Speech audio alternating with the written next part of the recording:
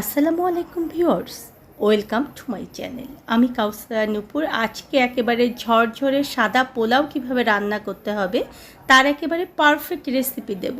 পোলাও কেন সাদা হয় না, কেন ঝরঝরা হয় না, তার একেবারে প্রতিটা স্টেপ বাই স্টেপ টিপস আজকে আপনাদের সঙ্গে শেয়ার করব। আসুন দেখে আসি। চুলায় একটা হাঁড়ি উঠিয়ে দিয়ে আমি এখানে মেজারমেন্ট কাপ দিয়ে 1 কাপ পরিমাণ তেল দিচ্ছি। আজকে আমি যেহেতু 1.5 কিলো পরিমাণ চাল দিয়ে পোলাও করে দেখাবো, মানে মেজারমেন্ট কাপ দিয়ে সেটা হয়েছে হলো 6 কাপ পরিমাণ। আর সেই 6 কাপ পরিমাণ চালের জন্য এখানে আমি 1 কাপ পরিমাণ তেল দিয়ে দিয়েছি আর 1 কাপ পরিমাণ পেঁয়াজ কুচি দিয়ে দিচ্ছি। আমি এখানে 2 টেবিল চামচ পরিমাণ লবণ দিয়ে দেবো। লবণের মেজারমেন্টটা অবশ্যই একটু বুঝে শুনে করতে হবে, কারণ লবণ যদি সঠিকভাবে পোলায়ে না হয় তাহলে কিন্তু পোলাওটা খেতে ভালো লাগবে না। এখন এই পেঁয়াজটাকে আমি কিন্তু বেশিক্ষণ ভাজবো না, জাস্ট 2 মিনিট একটু নরম করে নেব। জাস্ট 2 মিনিট দেখুন যে নেড়ে নিলাম আমি পেঁয়াজটাকে। এখন 1 টেবিল চামচ পরিমাণ এখানে আমি রসুন বাটা দিয়ে দিলাম আর 1 টেবিল চামচ আমি এখানে আদা বাটা দিয়ে দিলাম। দিয়ে তেলের উপরে এটা জাস্ট এভাবে একটু নেড়ে চেড়ে নিচ্ছি। দেখুন এটা কিন্তু আমি ভাজবো না, কারণ এই আদা রসুন যদি বেশি ভাজি তাহলে কিন্তু পোলাওয়ের কালারটা একেবারে ধবধবে সাদা যে হওয়ার কথা সেটা হবে না। এটা অনেকেই ভুল করেন এবং এই ভুলটা কখনোই করবেন না। আমি পানি ঝরিয়ে রেখেছি ধুয়ে চালটাকে স্ট্রেনারের উপরে। এটা কিন্তু ভিজিয়ে রাখার কোনো দরকার নেই, কারণ আজকে আমি এখানে কালো জিরা চাল দিয়ে পোলাওটা করছি।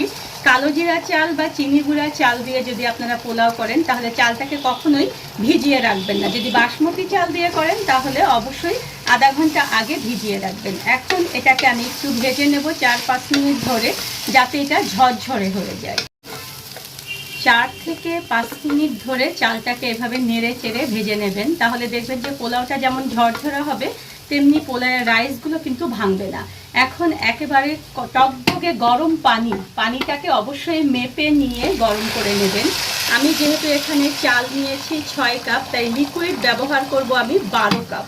আর সেই 12 কাপের মধ্যে আমি এখানে 11 কাপ পরিমাণ গরম পানি দিয়ে দিলাম আর এখানে আমি 1 কাপ পরিমাণ তরল দুধ ব্যবহার করব।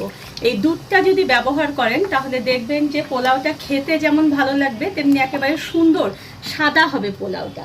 আর এখানে আমি কয়েকটা কাঁচামরিচ আস্ত অবস্থায় দিয়ে দিচ্ছি, এটা কিন্তু একেবারে সুন্দর একটা ফ্লেভারের জন্য। কেউ যদি একটু ঝাল খেতে পছন্দ করেন তাহলে সেক্ষেত্রে আপনারা কয়েকটা কাঁচামরিচ এখানে চিড়েও দিতে পারবেন। এখন আমরা এটাকে ঢাকনা দিয়ে বন্ধ করে রেখে দেব। প্রথম একেবারে সুন্দর মতো ফুটে উঠে চাল পর্যন্ত পানিটা যেন উঠে আসে, ঠিক তখন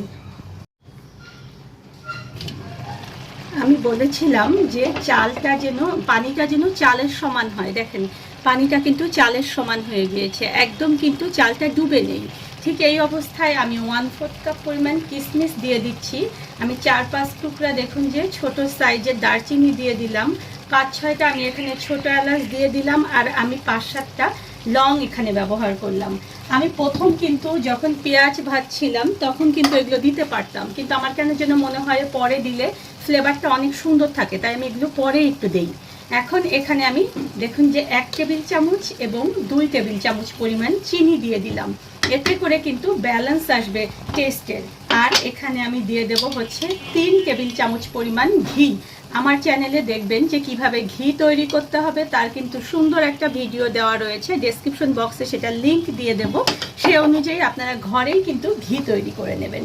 এখন আলতো হাতে কিন্তু এটাকে দেখুন যে আমি এভাবে উল্টে দিচ্ছি। খুব তাড়াহুড়া করতে যাবেন না, তাহলে কিন্তু পোলাওটা ভেঙে যাবে আর ঝরঝরে হবে না।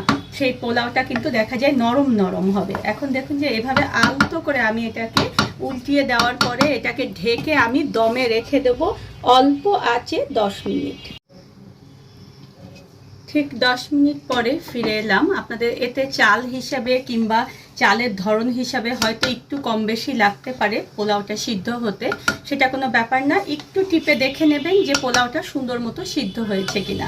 দেখুন পোলাওটা এত সুন্দর ঝরঝরা, আর আমি যে পরিমাণ তেল দিয়েছি এতে করে তেল কিন্তু কম বা বেশি কিছুই কিন্তু হয়নি।